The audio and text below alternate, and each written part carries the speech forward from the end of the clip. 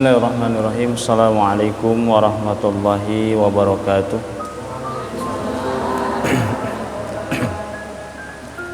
Alhamdulillah wa bihi nasta'inu ala umuri dunya wal din sayyidina wa maulana Muhammadin wa ala alihi wa ashabihi ajmain, amma ba'd.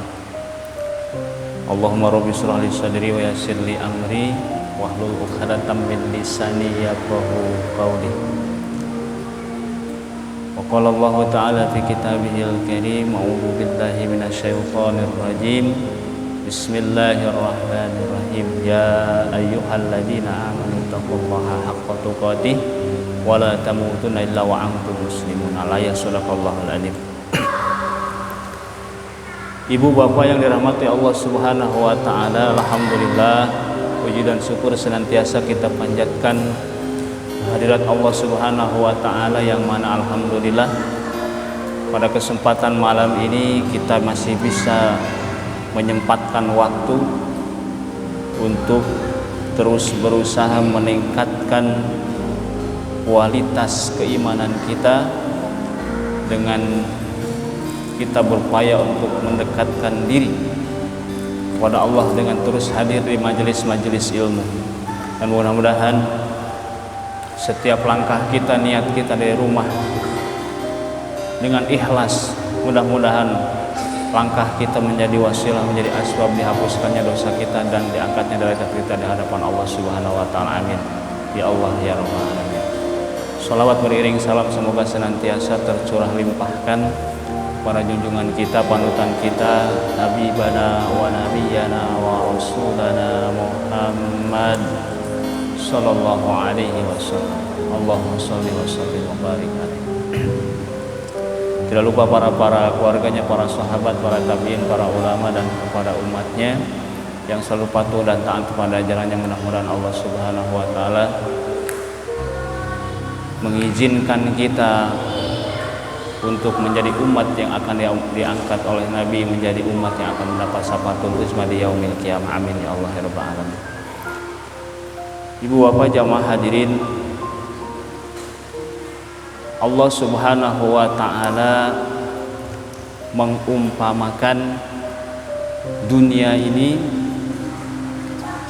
dunia yang sekarang kita berpijak, dunia yang karena sifatnya kadang-kadang seseorang bersungguh-sungguh seolah-olah dia akan hidup selamanya di dunia. Dunia yang memang kadang orang menghalalkan segala cara untuk mendapatkan keinginannya. Dunia yang kadang-kadang orang sampai saling membunuh, bahkan yang paling buruk membunuh orang tua, membunuh anak, anak membunuh orang tua, istri membunuh suami, suami membunuh istri. Nauzubillah.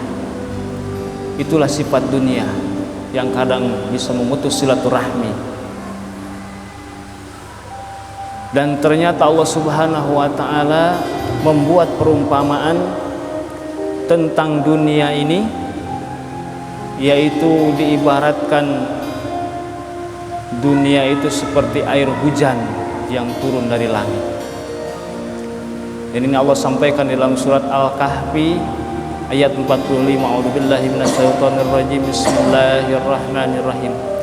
Wadrib lahum masalal hayatid dunya kama in anzalnahu minas sama.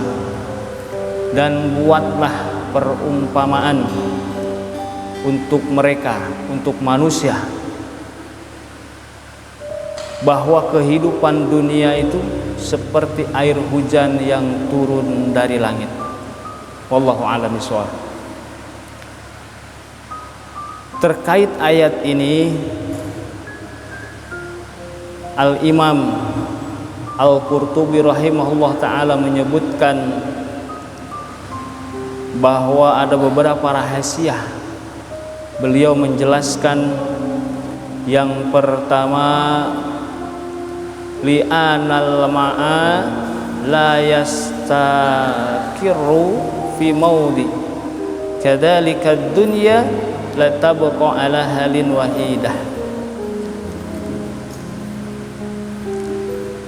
Kata Imam Al-Qurtubi rahimahullah, yang pertama, yang namanya air tidak akan tetap pada suatu tempat. Dia pasti akan turun dari tempat yang tinggi ke tempat yang rendah. Begitulah sifat air. Dan begitulah dunia yang tidak akan pernah tetap pada suatu keadaan. Kadang seseorang di atas, kadang seseorang di bawah, atau bahkan kadang seseorang di pertengahan. Jadi tidak menetap. Dunia itu pada seseorang tidak akan menetap. Atau bahkan seseorang hari ini misalkan sempit rezekinya, susah rezekinya, tapi misalkan 5 menit kemudian, sejam kemudian datang pertolongan Allah, dia menjadi luas rezekinya. Jadi tidak ada yang menetap. Itulah sifat dunia. Maka kata Allah Subhanahu wa taala, tilkal ayyamu nudawiluha bainan nas. Itulah hari-hari di mana kami putar antara manusia. Itu disampaikan Allah Subhanahu wa taala dalam Quran surat Al-Imran ayat 140. Jadi keadaan manusia itu tidak akan tetap. Kadang sehat, kadang sakit, kadang kuat, kadang lemah. Itulah keadaan dunia. Yang kedua, kata Imam Al-Qurtubi rahimahullah, wali anal ma'a yadhabu wala yabqa fakadhalika dunya tabna wala tabqa. Jadi sifat air itu akan bergerak dan akan habis. Air itu akan bergerak dan akan habis. Sama halnya dengan dunia. Sekuat apapun kita memperjuangkan misalkan dunia ini, dari pagi hingga sore bahkan malam kita berusaha untuk mendapatkan dunia, maka dunia itu akan habis, bahkan tidak akan dibawa mati, bahkan tidak akan dibawa mati. Jadi seseorang mati itu tidak akan membawa dunia. Jadi jangan terlalu kita lupa diri ketika kita misalkan bekerja, melupakan ibadah, kita bekerja melupakan kewajiban-kewajiban kita sebagai makhluk terhadap Allah Subhanahu wa taala. Karena apa yang kita perjuangkan, apa yang kita kerjakan untuk dunia ini, semuanya akan habis, tidak akan kita bawa untuk mati, kecuali amal soleh. Yang ketiga, kata Imam Al-Qurtubi, wali anal ma'a la yaqdiru ahada ayyudkhilahu wala tabtali wa kadzalika dunya la yasma'u hadi min fitnatiha wa afatiha. Jadi sifat air itu tidak ada seorang pun yang bisa, tidak ada seorang pun yang sanggup ketika masuk ke dalam air maka dia tidak akan basah. Jadi tidak ada seorang pun yang bisa masuk ke dalam air, ketika keluar dia tidak basah. Itulah dunia. Jadi ketika kita sudah tergoda dengan dunia, kita sudah terjerumus ke dalam godaan dunia, maka kita susah untuk keluar dari fitnah dunia. Allah Subhanahu wa taala menyampaikan di dalam surat Al-Adiyat ayat ke-8, wa innahu lihubbal khairi lasyadid, dan sesungguhnya dia manusia sangat bakhil karena kecintaannya terhadap dunia, terhadap harta. Dan subhanallah, semakin orang tua umurnya, maka kerakusan, maka kerakusan manusia terhadap hartanya semakin tinggi, sebagaimana hadis Rasulullah di dalam riwayat Muslim, ya haramu bunu adama wa yasibu min husnatanil hisu alal mal wal hirsu alal umur. Ya haramu bunu adama wa yasibu min husnatani. Anak manusia mungkin bisa tua, tapi semakin tua semakin menjadi di dalam dirinya dua hal. Yang pertama, al-hirsu alal mal, rakus terhadap harta, wal hirsu alal umur, dan rakus untuk berumur panjang. Itu hadis riwayat Muslim. Jadi kita semakin tua itu akan semakin rakus terhadap harta dan rakus ingin berumur panjang, seolah-olah kita itu akan hidup selamanya. Terus yang terakhir kata Imam Al-Qurtubi, wala nama'a ida kana biqadri kana nafi'an mubtana wa ida jawazal mistar kana dharan muhlikan wa kadzalika dunya al-kafafu minha yaf'a wa fuduluha yadurru.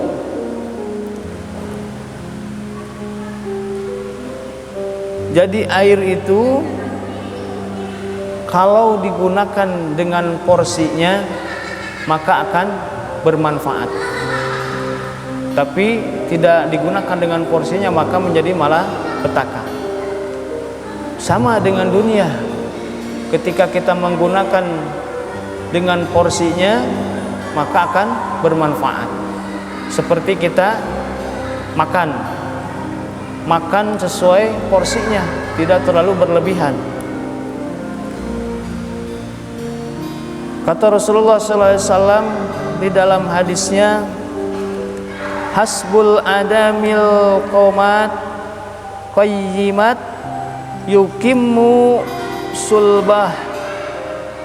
Cukup anak Adam beberapa suap yang dengannya dia menegakkan punggungnya, sulbah. Fa in ghalabatil adam, kalau seandainya hawa nafsunya mengalahkannya, fa in ghalabatil adama nafsuh, maka fasulusun lidha'ami, sepertiga untuk makan, wasulutu lisarrobi, sepertiga untuk minum, wasulusul linafsi, sepertiga untuk bernapas. Jadi segala sesuatu itu jangan berlebihan. Jadi perut kita itu kapasitasnya sepertiga untuk makan, sepertiga untuk minum, dan sepertiga untuk napas. Dan hadis ini diakhiri dengan perkataan yang sangat menarik, memberikan pelajaran kepada siapapun agar manusia mengetahui hakikat daripada dunia. Wala yamlu jawfa bani adama ila turabu. Dan ingatlah wahai anak manusia, ketika kamu dikuburkan, maka tidak ada yang akan mengisi mulut kalian selain tanah. Artinya apa? Ketika kita hidup di dunia jangan terlalu rakus terhadap dunia, karena semua itu akan sia-sia. Karena ketika sudah mati, semua itu akan habis, akan hilang. Maka hanya tanah yang akan mengisi mulut kita. Itu 4 yang Al-Imam Qurtubi sampaikan di dalam tafsirnya terkait ayat Al-Kahfi, surat Al-Kahfi ayat 45. Yang pertama, bahwa air itu tidak tetap pada suatu tempat, akan berubah. Yang kedua, air pasti bergerak dan akan habis. Terus yang ketiga, karena air itu seseorang tidak akan bisa masuk ke dalam air dan dia tidak basah. Terus yang terakhir, gunakan air secukupnya. Artinya apa? Air tidak tetap pada suatu tempat itu artinya dunia itu berubah. Kadang kita kuat, kadang kita lemah, kadang kita sehat, kadang kita sakit. Terus air bergerak dengan habis. Kita pelajarannya, kita jangan terlalu rakus terhadap dunia, karena semuanya akan habis. Terus air, kita tidak akan bisa masuk dalam air dan kita tidak basah. Artinya apa? Hati-hatilah dengan dunia, karena ketika kita sudah masuk ke dalam fitnah-fitnah dunia, maka kita akan sulit untuk keluar dari fitnah-fitnah dunia. Yang terakhir, gunakanlah air secukupnya, artinya gunakanlah dunia ini secukupnya, jangan berlebihan, jangan terlalu rakus terhadap dunia.